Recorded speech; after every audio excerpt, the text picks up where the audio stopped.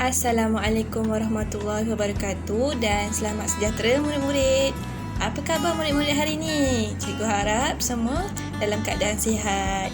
Okey murid-murid, hari ini kita akan belajar tajuk baru. Kalau yang lepas kita belajar kata adjektif, waktu hari ini kita nak belajar kata yang lain pula, iaitu kata hubung.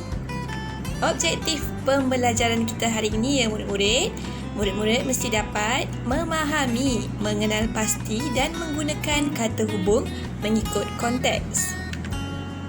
Okey, sebelum kita buka buku teks, mari kita tahu dulu apa itu maksud kata hubung. Okey, apakah maksud kata hubung? Kata hubung ialah kata yang digunakan untuk menyambungkan ayat. Okey, mari kita tengok pula contoh kata hubung.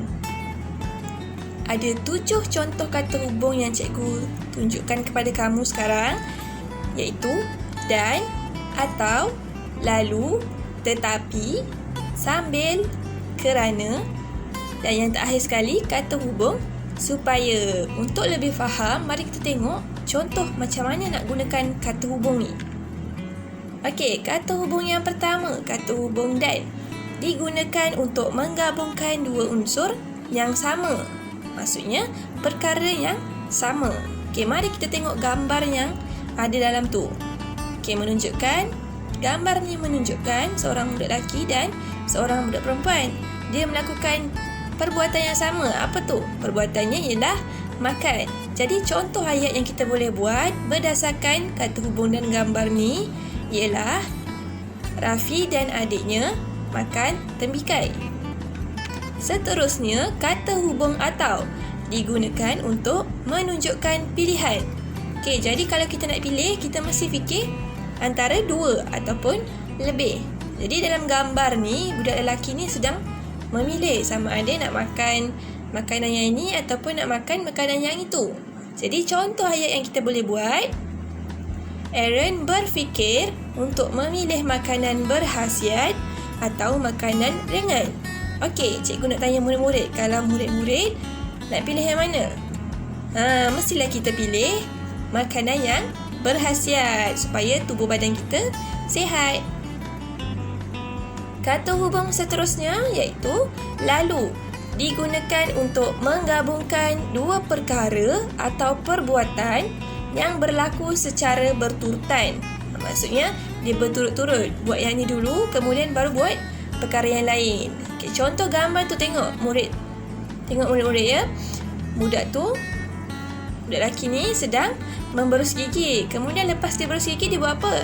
Dia berkumur. Jadi contoh ayat yang kita boleh buat, Arjun memberus gigi lalu berkumur. Okey, boleh murid-murid? Okey, kalau boleh kita teruskan untuk kata hubung tetapi, digunakan untuk menunjukkan perkara yang berlawanan. Maksudnya dua perkara ni berbeza. Kalau tengok gambar, seorang budak lelaki ni dia suka sangat gula-gula kapas yang dia pegang tu. Sampai dia pegang dua. Tapi dia tak suka berus gigi. Bila maknya suruh berus gigi, dia lari. Jadi contoh ayatnya ialah Acong suka makan gula-gula tetapi tidak suka memberus gigi. Okey, murid-murid jangan ikut perangai Acong tau. Kalau lepas makan gula-gula ke makanan lain ke, kita kena berus gigi. Lagi selain lepas makan, setiap kali bangun pagi, setiap kali nak tidur kena berus gigi. Okey, kata hubung seterusnya, kata hubung sambil, digunakan untuk menunjukkan sesuatu yang dilakukan serentak. Okey, dalam gambar, seorang budak perempuan sedang berlari sambil mendengar lagu. Jadi kita buat ayat Lisa berlari sambil mendengar lagu. Okey, maksudnya perkataan kata hubung ni digunakan untuk dua perkara yang kita lakukan pada masa yang sama. Seterusnya, kata hubung supaya digunakan untuk menyatakan maksud atau tujuan. Kita tengok gambar, 3 orang kanak-kanak ni sedang menunjukkan, kita tengok gigi dia. Dia senyum nampak gigi dia semua putih, bersih dan cantik. Jadi, contoh ayat yang kita boleh buat, kita perlu selalu memberus gigi supaya gigi kita bersih dan cantik. Jadi murid-murid selalulah berus gigi.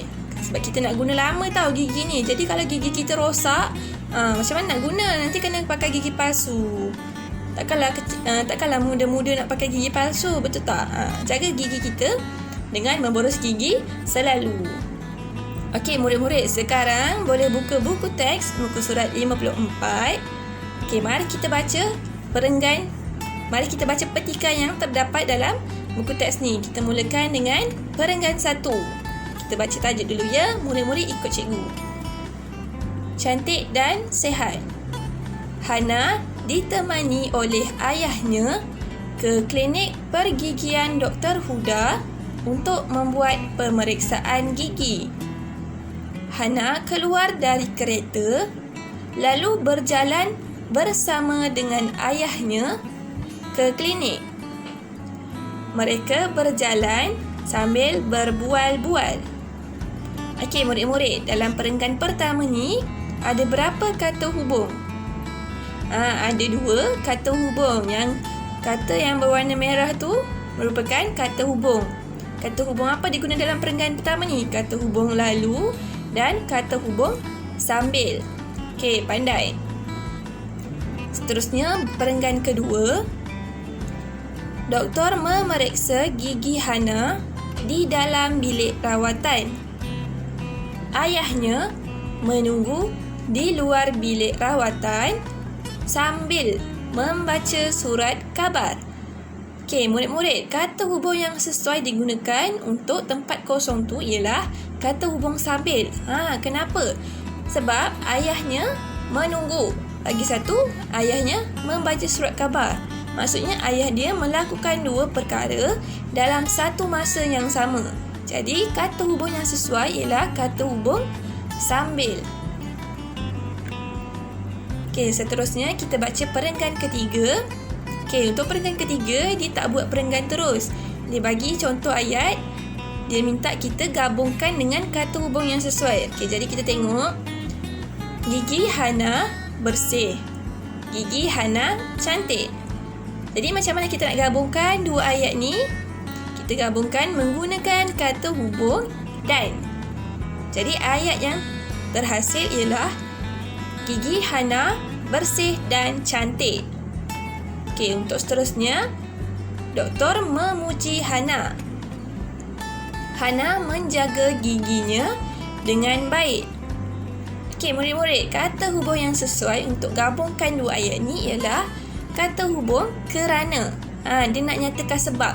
Kenapa doktor ni puji Hana? Sebab Hana jaga giginya dengan baik. Jadi ayat yang kita buat ialah doktor memuji Hana kerana dia menjaga giginya dengan baik. Okey, nampak tak cikgu salin je ayat dia? Cuma cikgu tambah kerana dan cikgu tukar Hana menjadi dia. Okey, jadi kita salin semula dengan betul menjadi perenggan yang cantik. Okey, macam mana? Gigi Hana bersih dan cantik. Doktor memuji Hana kerana dia menjaga giginya dengan baik. Okey, perenggan terakhir iaitu perenggan 4. Dia tak beri sebarang contoh ayat, tetapi dia berikan gambar. Jadi murid nak buat ayat, tengoklah dalam gambar yang diberikan. Okey, macam ayat yang cikgu buat ni. Ayat yang pertama, doktor menghadiahkan berus gigi dan ubat gigi kepada Hana. Nampak tak doktor dia bagi berus gigi, bagi ubat gigi. Kenapa? Nak galakkan Hana menjaga giginya. Kemudian lepas dah bagi ubat gigi dan berus gigi, Hana dan ayahnya mengucapkan terima kasih kepada doktor. Lalu mereka pulang.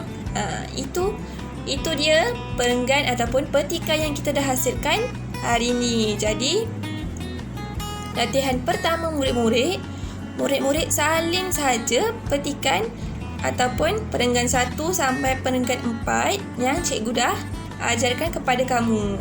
Okey, boleh ya salin perenggan dalam buku tulis BM1 kamu. Salin berserta dengan tajuk sekali ya. Jangan lupa macam mana cikgu ajar hari tu nak salin perenggan dengan betul. Kena ada jarak. Kalau huruf besar, kalau ada tanda soal ataupun tanda titik, tanda koma, jangan lupa. Okey, murid-murid. Latihan kedua untuk pengukuhan kamu boleh buat hujung minggu. Sila buka buku aktiviti jilid 1, muka surat 64. Nampak kan dia dah bagi petikan sama juga. Dia suruh lengkapkan petikan dengan kata hubung. Okey, tajuk petikannya ialah mengira langkah. Okey, kata hubung yang diberi ada 5. Dan, supaya, lalu, sambil, kerana. Tempat kosong yang diberi pun ada 5. Okey, cuba kita baca sekejap. Okay. Encik Fauzi seorang yang sibuk bekerja.